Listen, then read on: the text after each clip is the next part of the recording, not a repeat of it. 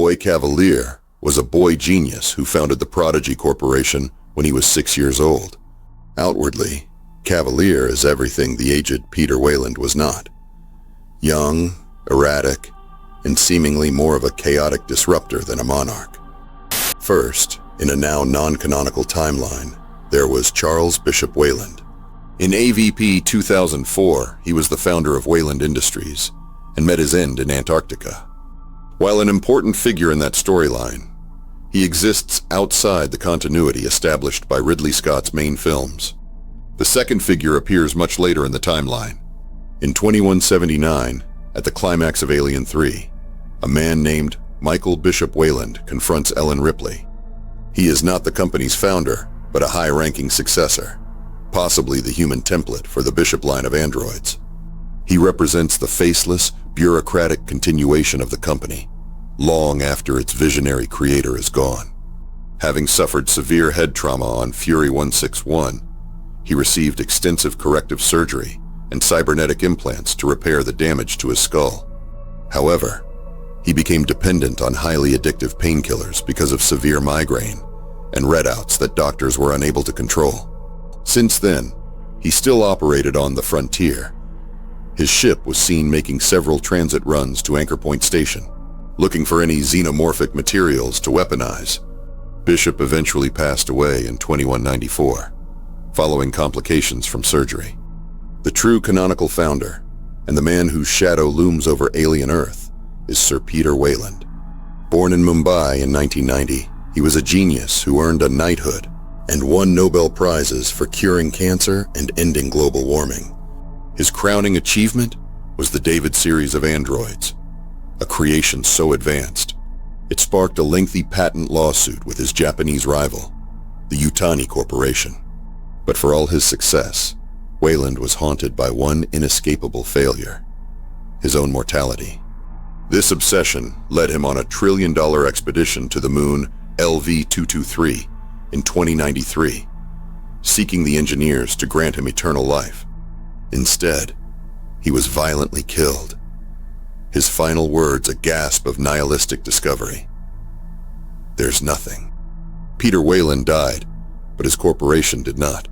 In 2099, in a stunning hostile takeover, the Yutani Corporation acquired the assets of its old rival, forming the British-Japanese conglomerate, Weyland Yutani.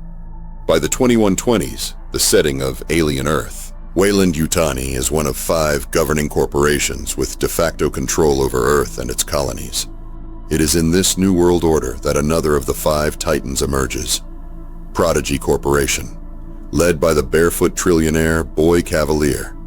Boy KAVALIER was a boy genius who founded the Prodigy Corporation when he was 6 years old. Outwardly, KAVALIER is everything the aged Peter Weyland was not. Young, erratic, and seemingly more of a chaotic disruptor than a monarch. Yet his core ambition is identical. Oh my God. I've never seen anything like it.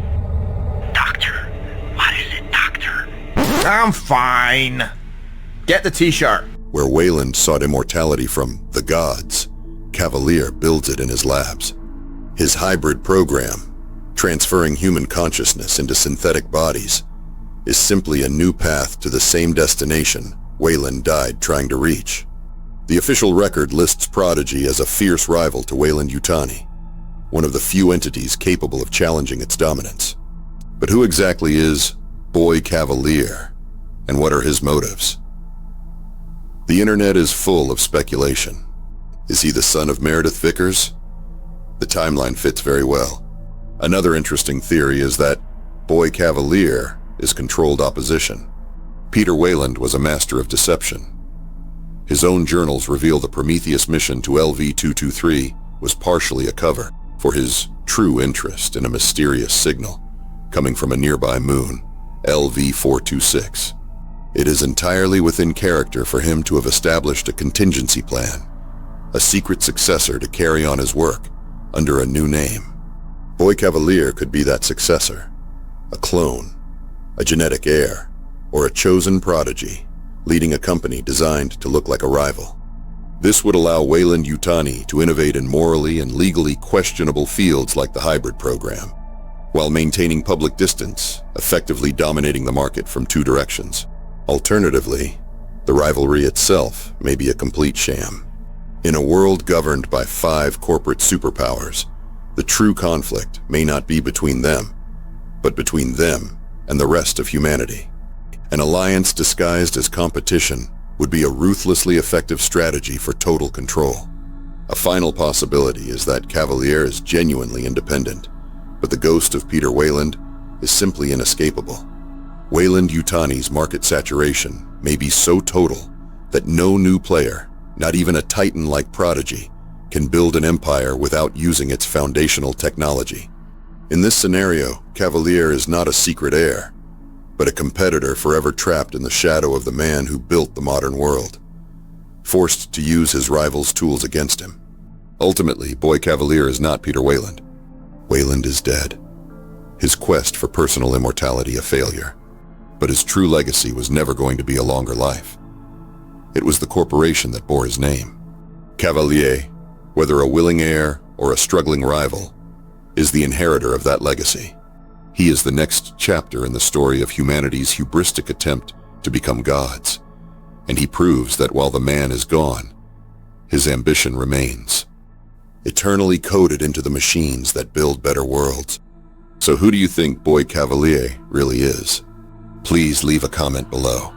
Also check out the I'm Fine t-shirt in our store, the perfect gift for sci-fi fans. Until next time, stay frosty and alert.